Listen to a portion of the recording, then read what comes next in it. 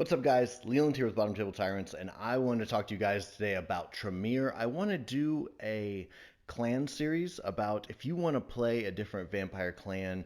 I want to prep you for that, so that way you can have ideas of how you want to play that character, maybe alternative ways to play that character. So if you'll stick to the end of this video, that's the main thing that I want to impart to you guys is maybe some options that will make you stand out as a Tremere vampire.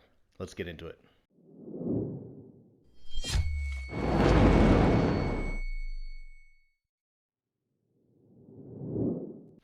Okay, things I'm going to rip through first is going to be the lore, NPCs that are Tremere, adventure ideas, and then finally ways to play a Tremere. So the lore, we're not going to go through it really, in depth. I'm just going to rip through some of the cool points that I think are important when you want to create a character. First, magic comes from the soul. Vampires don't have a soul. So where do they get their magic? This is something for you to decide. I would say that most likely, many would argue that you get your magic from blood. You consume someone else's soul. It gives you power for a limited time as like a battery that you fill up and use up, an MP bar that you can fill up and use as and every time you use it. And I actually make my players roll for like bloodlust every time they use their magic because that's the way I consider it. And even if they were to say it was coming from something else, that essence that they bring in from feeding is what powers their magic. Unless they can give me a good reason why it wouldn't, but I guess so. Let's say that they use blood magic, but there can be so many different forms of that through all cultures and through just imagination. Next cool point is that the Tremere created a hybrid vampire that they used as like a warrior class to defend them because the way I think of these guys, they are definitely the wizards of the party. And so the wizards needed some bodyguards. I play an Azurite in the Spire RPG, and he doesn't regularly fight. He usually just stands in the background and lets his bodyguards, which are considered weapons for him, do his bidding. They beat up that guy who he needs to get the money from, extort that money from.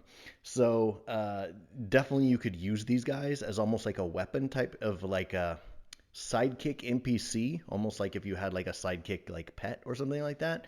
These guys would make a great version of that. Now again, you'd need to role play that. I don't want you to just kind of use them as this inanimate object. They need to have a characteristics, be have funny quirks, things like that. So they are another character that you would need to role play. So that kind of would add to your burden, but at the same time could be really fun.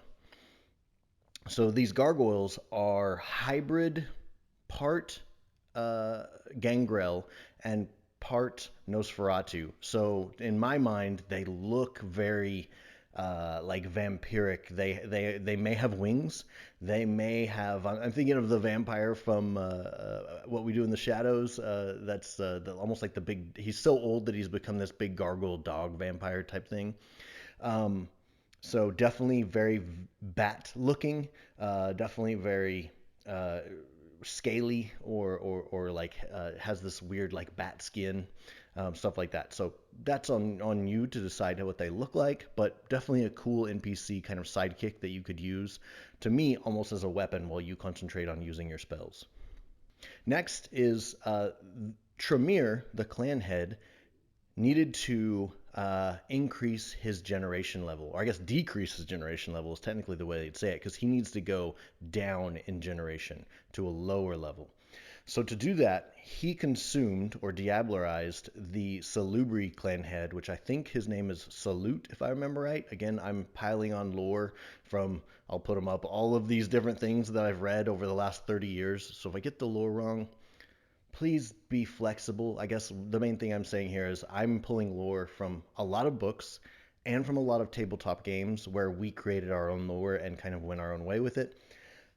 It's up to you how you use it. So please steal my ideas, but also go to the books. There's great lore in there and use all of that. I don't think anything I'm talking about is wrong currently, but if I say something that's wrong, please don't stomp me for it. I may be pulling from my memory, which is faulty, and or from tabletop game interactions that we've had that kind of created its own history to me.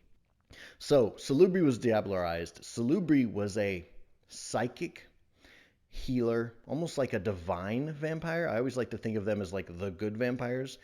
They can see the future, they can do healing, things like that. So pulling that into him added an element of what I would consider divine magic to their already large well of magics. And we'll talk about that in character creation on how you could use that. Next is going to be the Tremere blood curse that they put on the Assamites. And this was at the Council of Thorns. They put a curse on them, which, again, hopefully I'm not messing this up. It made vampire blood poison to the Assamites so that they couldn't diablerize anyone else, and they couldn't attack vampires and kill them by draining them out that way. So different curses like this I really like. This is definitely a direction you could go with character creation. Next is going to be the glyphs that they could create. I like to think of the glyphs as you would create like warding symbols and different items like that that would make you could use to protect, maybe use to hex, maybe use to just even be just signs and symbols for vampires to recognize, much like how glyphs are used in the Blade series. How to use them as NPCs. The first thing I would do is the Lich. The Lich is the Tremere who is going to live forever because he's a vampire, and he's going to use that time forever to be able to learn everything there is about the arcane. He has infinite amount of time to learn the spells. Next, you have the librarian. The librarian is that nerdy guy who has all the books. This is a great contact for your vampires. If they need something, a text about the arcane, he's the guy to go see. And he'll give it to them for a price. And maybe it's in there. Maybe the answer is in there. Maybe it's not. Maybe they can't read the ancient language that it's written in, something like that. So they got to go find somebody else who can translate it. But he's a great contact who's that librarian nerd vampire who has all of the different scrolls, books, everything from aeons ago. Next is the mad scientist. This guy is taking magic and trying to do crazy things with it. Reanimate the dead, do all kinds of just different experiments that he's using. He tries to use rituals to figure out what they do. Maybe he accidentally summons something demonic or occult, something Cthulhu-esque, things like that. So this guy's always kind of getting himself into trouble by doing dangerous magic. That's probably the best way to run him. And finally, the Holy Man NPC. This Holy Man is going to be a character they can go to, almost like a leadership character. He would run a cult. He could run an organization that is either going to oppose them or it may assist them, depending on what the adventure is. But he is this leadership character that is wise or evil and has an agenda of his own that he's trying to do along with either hindering or helping the party. Third, we got some adventure ideas. The easiest one is always going to be the Grimoire search. You're going to have to go find this magic spell book for a Tremere or for the Tremere in the party so that they can cast a spell or do something special. That's a pretty basic one. That's going to be always your default go-to on that. Next is going to be the break the curse or lift the curse. Maybe it's a curse on one of the player characters. Maybe it's a curse on one of their touchstones, something like that. Great way to run it is that they have to break the curse. So they have to figure out what the curse is, what the pieces are that they need to do to disassemble it, and which can lead to multiple different paths, multiple different objectives of what they're going to have to do to break or lift that curse. Next is going to be the complete the ritual type of mission where they need to gather the ingredients, construct the glyph or ward, and maybe they're locking something in. Maybe they're creating a giant defensive door. Maybe they are using the ritual to summon something, to maybe bring someone back from beyond, I guess is the best way to put it. There's a lot of coming back from the dead and vampires, but I guess so maybe they're bringing their essence back from the spiritual realm or something like that. So lots of different things you can do with the ritual and go in different directions with that. And then the last one is going to be the escaped blood elemental. Like we talked about earlier, this is blood magic that most likely they're going to be using. So maybe there's an evil genie that has escaped, the djinn that has escaped, and it's a blood djinn or a blood elemental. And this becomes that, I would almost consider it like a Ghostbusters type of mission where they have to figure out how to trap this blood elemental or blood genie into some sort of lamp or something like that. Maybe a book, maybe some sort of cursed object that they have to go find, then take it to the elemental or to this spirit and trap them inside of it using trickery and guile and maybe some brute force. All right, guys, you made it to the end. Here's the important part the whole reason for this video is how to use your player characters. We talked about the gargoyles a little bit before. That's the main thing that I would definitely bring in, is having this kind of like sidekick pet character that could be an assistant, a combat related person while you stand back and do spells, just like a bodyguard to protect you because you're vulnerable while you're casting your spells or something like that.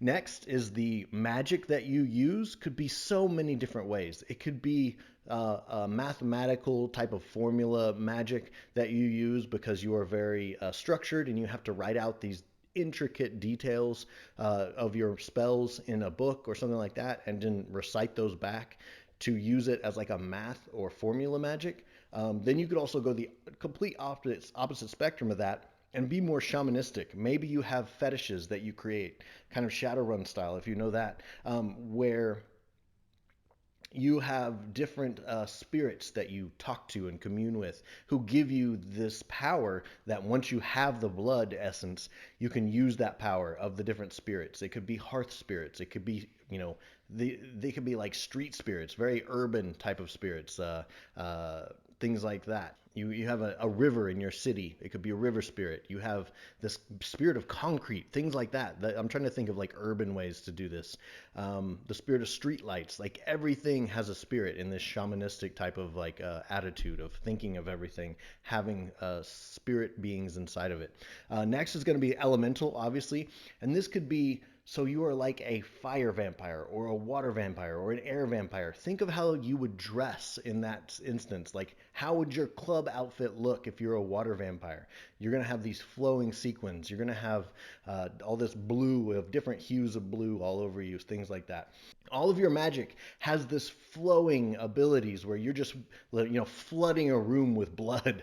Now, again, you have to tie all this in with blood magic. So it's like, what would blood and water look like? What would blood and fire look like? Like, you're throwing out bits of, as a fire vampire, you're throwing out bits of blood that burst into flames, things like that. If you think of like how a flamethrower works, something like that, like it's blood that ignites, things like that. So you could be so creative with this and not only just have blood magic, but have it be elemental blood magic. And so you got to use your head, think of different ways of how this would look, how your character would look, what your magic would look like, and then differentiate yourself using these different, spirit or elemental or mathematical types of magic. Next is going to be, we talked about the Salubri, how they added kind of this divine presence and the good vampires into the Tremere. When he consumed them, the salute went into him. He foresaw that he was probably going to be consumed, and therefore he put his essence inside of Tremere, and then would be able to come out whenever Tremere would wake up. You never knew if it was Salute or Tremere